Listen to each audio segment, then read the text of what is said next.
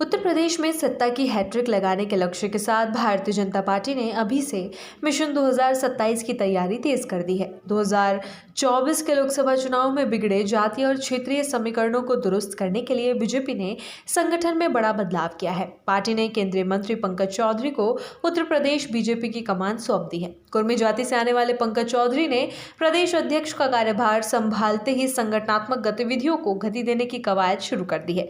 BJP ने पंकज चौधरी को प्रदेश अध्यक्ष बनाकर सामाजिक और जातीय संतुलन साधने की कोशिश जरूर की है, लेकिन इस फैसले के साथ एक नई राजनीतिक चुनौती भी खड़ी हो गई है। मुख्यमंत्री योगी आदित्यनाथ और प्रदेश अध्यक्ष पंकज चौधरी दोनों ही गोरखपुर से आते हैं। इस तरह सत्ता और संगठन की बागडोर पूरी तरह पूर्वांचल के हाथों में चली गई है। इससे पहले बीजेपी ने मुख्यमंत्री योगी के जरिए पूर्वांचल और भूपेंद्र चौधरी को प्रदेश अध्यक्ष बनाकर पश्चिमी यूपी के साथ संतुलन बनाए रखा था, लेकिन अब वो संतुलन टूटता नजर आ रहा है। प्रदेश की राजनीति में पहला मौका है जब सत्ता और संगठन दोनों ही पूर्वांचल के नेताओं के हाथ में है।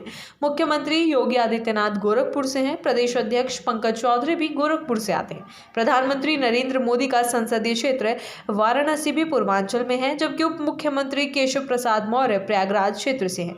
इस तरह बीजेपी की शीर्ष नेतृत्व संरचना में पूर्वांचल का दबदबा साफ दिखाई दे रहा है। केंद्रीय रक्षा मंत्री राजनाथ सिंह भले ही लखनऊ से सांसद है, लेकिन उनका गृह जनपद मिर्जापुर भी पूर्वांचल क्षेत्र में आता है। उत्तर प्रदेश के दूसरे उप मुख्यमंत्री ब्रजेश पाठक लखनऊ कैंट सीट से विधायक हैं। योगी सरकार और बीजेपी संगठन में लखनऊ से लेकर गोरखपुर तक पूर्वांचल क्षेत्र का प्रभाव लगातार बढ़ता गया है। सत्ता के मोर्चे पर पहले से मजबूत पूर्वांचल का पलड़ा अब संगठन में भी भारी हो चुका है। अब तक यूपी बीजेपी संगठन की बागडोर पश्चिमी यूपी के मुरादाबाद से आने वाले भूपेंद्र चौधरी के हाथों में थी। उनके जरिए पार्टी ने पश्चिमी यूपी के जाट और अन्य सामाजिक समीकरणों को साधने की कोशिश की थी, लेकिन पंकज चौधरी के प्रदेश अध्यक्ष बनने के बाद ये जिम्मेदारी कमजोर पड़ती दिख रही है। इससे बीजेपी के सामने पश्चिमी यूपी और ब्रज क्षेत्र को साधने की चुनौती खड़ी हो गई है। उत्तर प्रदेश में बीजेपी के सत्ता में आने और लगातार चुनावी सफलता में पश्चिमी यूपी की भूमिका बेहद अहम मानी जा रही है। लोकसभा चुनाव 2014 और 2019 के साथ साथ विधानसभा चुनाव 2017 और 22 में बीजेपी का सबसे बेहतर प्रदर्शन पश्चिमी यूपी में देखने को मिला था।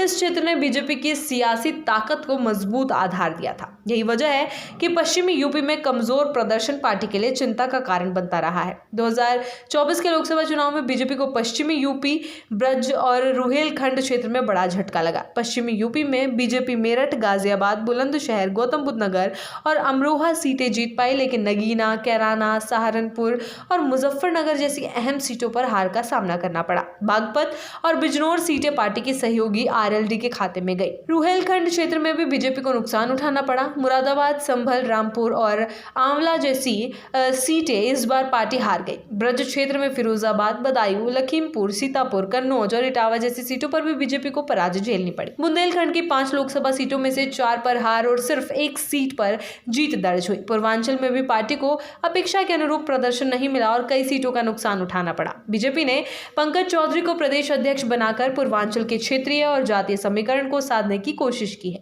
कुर्मी समुदाय से आने वाले पंकज चौधरी के जरिए ओबीसी वोट बैंक को मजबूत करने का संदेश दिया गया है। हालांकि इस फैसले से पश्चिमी यूपी, ब्रज और अन्य क्षेत्रों के नेताओं और कार्यकर्ताओं में असंतोष की चर्चाएं भी तेज हो गई है। संगठनात्मक रूप से बीजेपी ने उत्तर प्रदेश को 6 क्षेत्रों अवध, ब्रज, काशी, पश्चिमी यूपी, कानपुर और गोरखपुर में बांटा हुआ है। मौजूदा स्थिति में गोरखपुर क्षेत्र से मुख्यमंत्री और प्रदेश अध्यक्ष दोनों हैं। काशी क्षेत्र से प्रधानमंत्री नरेंद्र मोदी और उप मुख्यमंत्री केशव प्रसाद मौर्य आते हैं। अवध क्षेत्र से रक्षा मंत्री राजनाथ सिंह और डिप्टी सीएम ब्रजेश पाठक हैं। पश्चिमी यूपी और ब्रज क्षेत्र से मंत्री जरूर हैं, लेकिन पूर्वांचल जैसी राजनीतिक पकड़ वहां नजर नहीं आती। 2027 के विधानसभा चुनाव को देखते हुए बीजेपी के लिए क्षेत्रीय संतुलन साधना बड़ी चुनौती बन गया है। पार्टी के भीतर यह चर्चा तेज है कि संगठनात्मक असंतुलन को दूर करने के लिए योगी सरकार में मंत्रिमंडल विस्तार किया जा सकता है। पश्चिमी यूपी और ब्रज क्षेत्र के कुछ नेताओं को कैबिनेट में जगह देकर क्षेत्रीय संतुलन बनाने की रणनीति पर काम हो सकता है।